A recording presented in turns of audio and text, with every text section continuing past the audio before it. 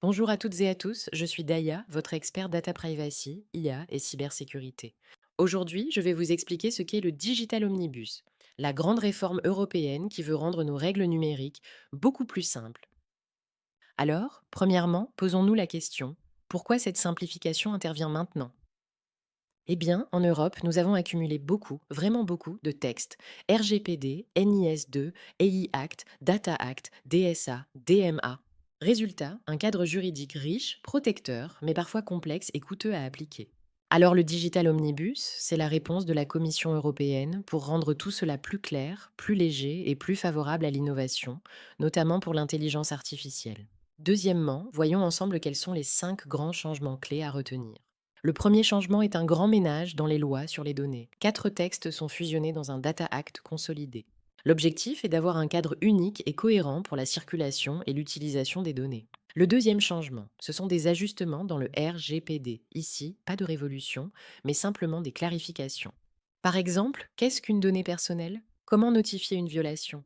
Et surtout, une base légale plus simple pour entraîner des IA grâce à l'intérêt légitime. Le troisième changement, lui, est l'objectif d'avoir moins de bannières cookies.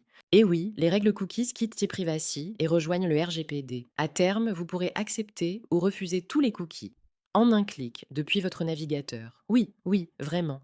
Passons au quatrième changement. Et s'il y avait enfin un guichet unique de cybersécurité? Fini le double reporting en cas d'incident. Une seule notification d'incident, quelle que soit la réglementation, gérée par l'ENISA, qui se chargera de la partager aux autres autorités.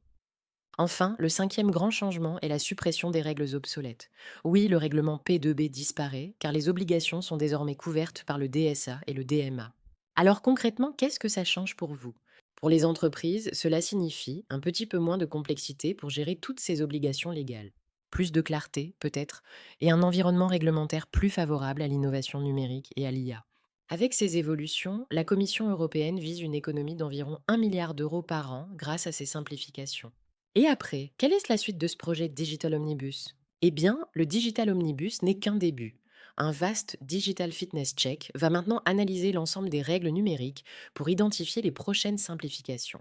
L'objectif est clair, construire une Europe plus simple, plus rapide et plus compétitive tout en maintenant de hauts standards de protection.